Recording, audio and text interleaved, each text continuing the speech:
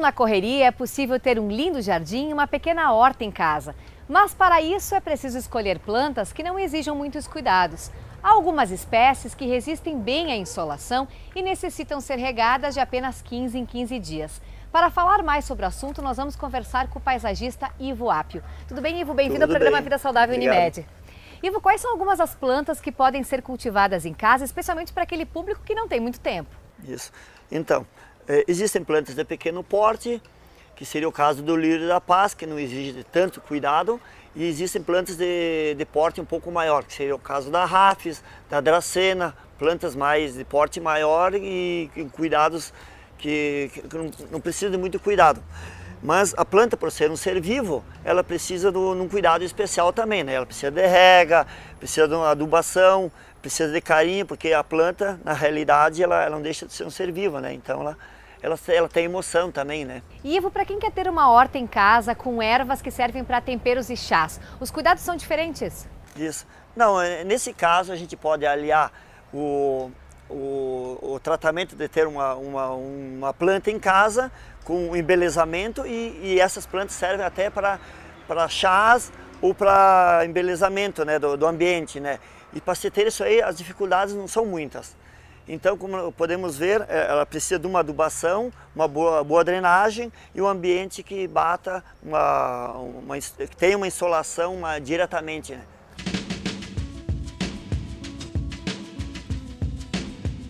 Normalmente não existe uma regra perfeita para isso, né? Então, o básico depende muito do ambiente. Se é um ambiente muito quente, exige mais água. Se é um ambiente tipo frente sul, que bata sol, dê uma incidência de sol baixa, então precisa menos de água. E no caso, para saber, não existe um termômetro, uma coisa, o que a gente aprendeu com os antigos, o melhor termômetro é o dedo mesmo. Ou se a planta está exigindo, tu dá. A terra tem que estar úmida. Tem que estar, aí bota o dedinho lá, isso que se aprende desde criança. Aí se fica para ter certeza se precisa ou não. E o adubo, como escolher o adubo? Ele deve ser comprado em floriculturas e lojas especializadas? Isso, tem lojas especializadas. Nós, normalmente, sempre tem que se consultar um técnico. O técnico ele vai te explicar. Existem adubos à base de nitrogênio, que seria para plantas que não dê flores. No caso dos temperos e condimentos, eles usam mais a base de nitrogênio. E flores, tipo o antúrio, o lírio da paz, eles precisam um NPK 10-10-10, que seria nitrogênio, fósforo e potássio. Então ele serve para raiz, para flor e para floração. E no caso da adubação, ela tem que ser feita, isso se estuda tecnicamente, assim, em 3 meses é o necessário.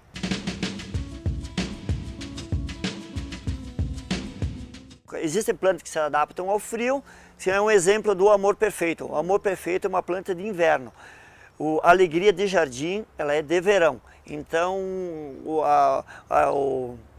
tem que cuidar da espécie de planta. Isso, conforme o ambiente e o frio. Tem plantas que se adaptam ao frio, outras não. Então tem que ter esse cuidado, né? E a planta tem mais condições de florescer, Ivo, quando plantada numa floreira ou diretamente na terra? É claro que na terra ela sempre vai ter maior liberdade, vai ter mais espaço, vai ter mais facilidade em evoluir a planta, né? Mas no caso, a gente vive na cidade, numa selva de pedra, nós não temos mais espaços físicos suficiente, então o pessoal opta por uma cobertura, acaba pegando um vaso, ele quer puxar a natureza dentro de casa, que acaba fazendo então. Com certeza, se tem um terreno, vai ser melhor, mas a adubação tem que ser correta também, né? Quando é que é preciso trocar de vaso, Ivo? Quando é que a gente vê que tem a necessidade? Então, isso aí é um cuidado que o cara tem que ter também. Se a planta está com um porte pequeno, ela vai precisar de um vaso pequeno, não vai precisar tanta quantidade de terra, né? Se ela tiver um porte alto, ela vai precisar de um vaso grande, até pela estética da planta, vai ficar mais bonito a planta grande num vaso grande. Não vai botar uma planta grande num vaso pequeno. Mas o mais importante é a adubação. A planta que está no vaso não necessariamente tem que trocar terra todo mês ou uma vez cada 6 meses. Não, isso não é necessário. O necessário é uma adubação correta, que ele substitui a terra.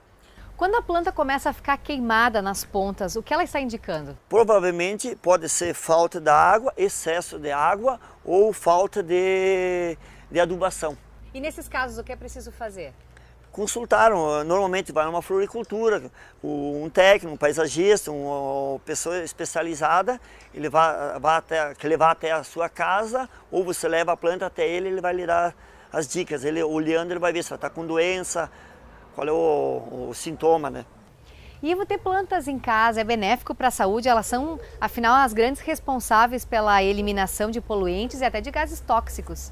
É muito bom, faz bem, porque existem pessoas que se sentem bem na natureza, então como elas não podem estar na natureza, elas puxam a natureza para elas. Então nesse caso aí, a planta não deixa de ser um ser vivo, tu pode conversar com ela, interagir com ela, aí automaticamente tu vai ter uma companhia no dia a dia, né? Não deixa de ser uma... E tu vai ter uma pessoa que não tem ocupação, ela vai arrumar uma ocupação, vai dar água para a planta, vai adubar ela.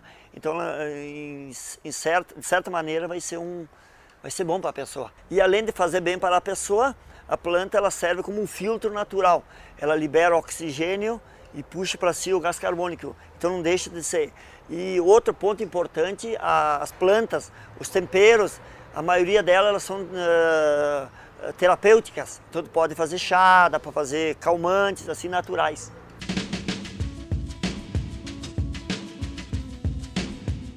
As plantas, interagindo com o ser humano, a planta ela ajuda a manter o equilíbrio da pessoa, da natureza. E muitas plantas exalam um odor bom e um ruim. Tem umas que exalam um odor que afasta mosquito, aranha, e outras elas têm um odor bom que atrai, faz bem para a pessoa. Ela inspira aquele perfume e deixa até dar um bom humor. E tem outras que servem para, no caso assim da salsa, da sálvia, além de elas servirem para tempero, elas servem para chá. Então, no mundo, a interação da pessoa com a planta, ela seja na base do perfume, do bem-estar e da alimentação e como chá.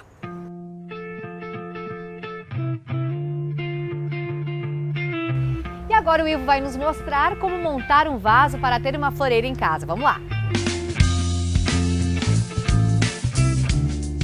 Como nós conversamos antes, agora então eu vou ensinar como se monta uma floreira, um vaso ou uma horta em casa. Então é possível se ter uma horta em casa. Então eu vou dar umas dicas. Ó.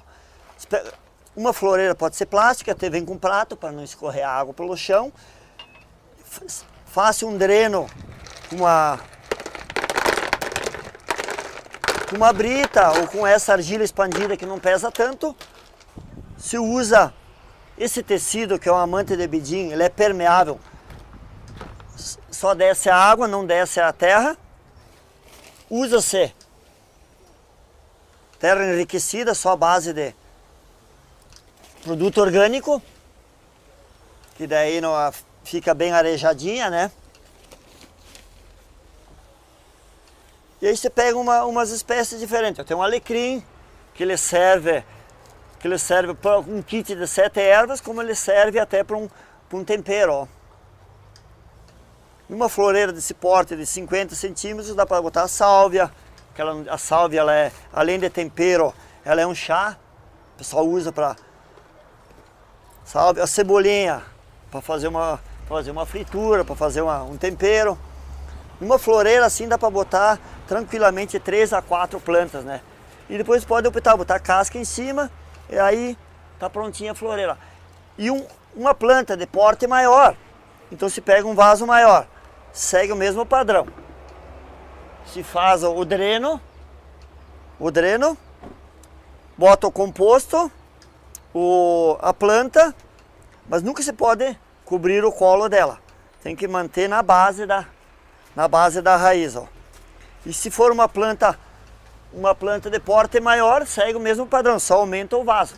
Porque a planta, quanto mais ela tiver espaço para a raiz trabalhar, ela vai estar mais vigorosa nas folhas.